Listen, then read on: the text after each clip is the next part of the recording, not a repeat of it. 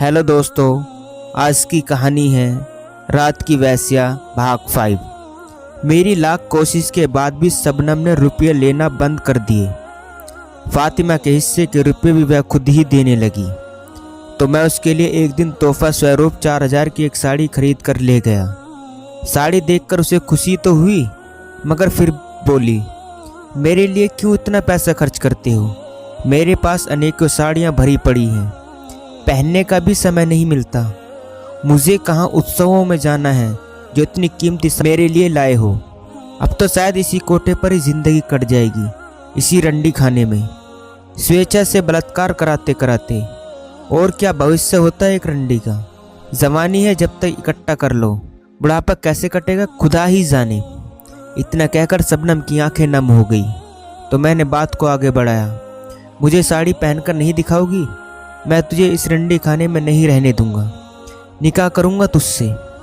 शबनम ने साड़ी की पैकिंग खोला और उसे पहनते हुए बोली, अजीर रफ़ीक अहमद साहब, क्यों मजाक करते हो? वैश्यों के भी निकाह होते हैं, रोज़ नए सोहर मिलते हैं हमें।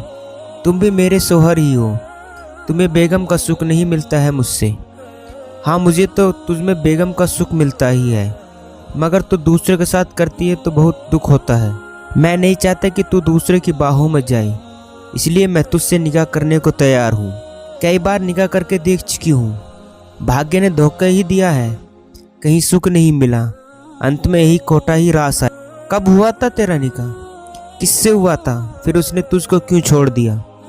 बहुत लंबी कहानी है रफ़ीक साहब। कई निकाह हो गए, एक से छोटी दूसरे ने पकड़ ली, 3 तलाक और हलाला भी झेला, फिर नए सोहर मिल गया, फिर वही पुरानी पुरानावर्ती, वही पुरानी कहानी, एक के बाद एक पुनः बलात्कार, सामूहिक बलात्कार तक मैंने झेले।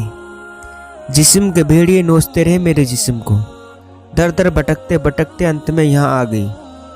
रंडी बनना नसीब में जो लिखा था, बन गई। तुम मुझे बेगम कैसे बना सकते हो जब नसीब वैश्या का लेकर पैदा हुई हो?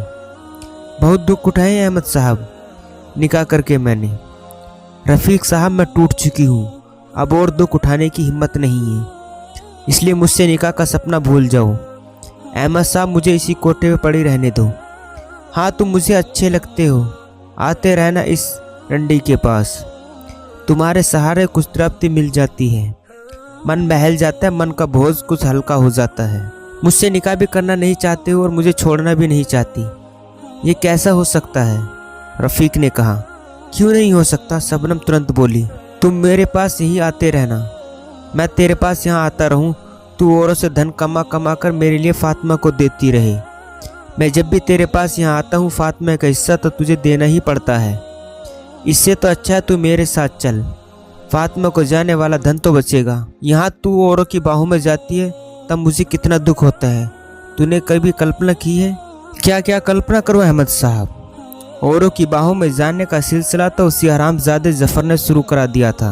कितना विश्वास किया था मैंने जफर पर, सिर्फ एक ही दिन एक रात के लिए मेरा सोहर बना और सब कुछ लूटकर मुझे वैश्या खाने की राह पर डाल गया। जफर से लेकर कोठे तक के सफ़र में कई पड़ाव भी मिले, हर पड़ाव पर लूटी गई। जिस्म के भेड़ियों ने चाट चाट कर रगड़ रगड़ कर मेरे जिस्म ही नहीं मेरी आत्मा तक को घायल कर दिया। तो अंत में मंजिल तो मिली, मगर यही कोठा, यही वैश्या खाना। मेरी इस मंजिल को पड़ाव मत बनाओ अहमद साहब, मंजिल ही रहने दो, मैं आगे और सफ़र करना नहीं चाहती। शबनम का गला रूंध गया, आवाज़ें भर्रा गई, नैनों से आंसुओं की बरसात शुरू हो गई। तो मैंने उसे आलिंगन में भरकर पूछा, यह जफर कौन है? मेरा पहला सोहर। उसने तुझे छोड़ क्यों दिया? छोड़ने के लिए ही निकाह का नाटक करके भगा लाया था, तो उसके साथ भागकर क्यों आई? उसकी बातों में फंसकर। तेरे अब्बा अम्मी भाई ने जफ़र का कोई विरोध नहीं किया? नहीं, क्यों? मैं चुपचाप जफ़र के साथ भागी थी। जफ़र तेरा कोई रिश्तेदार था या जान पहचान वाला या पड़ोसी? नहीं, न कोई रिश्तेदार था, न जान पहचान वाला, न पड़ोसी। कहाँ का रहने वाला था जफ़र? जफ़र ने अपना ठिकाना दिल्ली में बताया था और मैं पठानकोट में अपने परिवार के साथ रहती थी। जफ़र से मुलाकात कैसे हुई? बहुत लंबी कहानी है। फ़ोन के द्वारा जफ़र मुझे फ़ोन करता रहता था। तेरा नंबर जफ़र को कहाँ से मिला? मेरी खाला फ़रदीन से। जफ़र फ़रदीन का भांजा था। उसने मुझसे झूठ बोला वह मेरी खाला का भांजा नहीं था। भांजा नहीं था तो तेरी खाला से उसे तेरा नंबर कैसे मिल गया?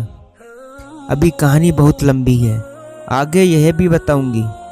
तू जफ़र के साथ कैसे आ गई, जबकि जफ़र तो सिर्फ तुझसे बात ही करना चाहता था। उसकी बातों में कुछ ऐसा जादू सा था कि बात करते करते ही मैं उसे दिल दे बैठी और उसके साथ एक दिन घर छोड़कर भाग निकली। कुछ मेरे पारिवारिक मजबूरियां भी थीं। बेहतर ज़िंदगी की तलाश में पठानकोट से जफ़र के साथ दिल्ली भाग गई। क्या होगा आगे जानने के लिए कहानी का अगला भाग ज़रूर देखें। दोस्तों, ये था रात की वेश्या भाग 5। दोस्तों, कहानी अच्छी लगी हो तो चैनल को सब्सक्राइब करना न भूलें।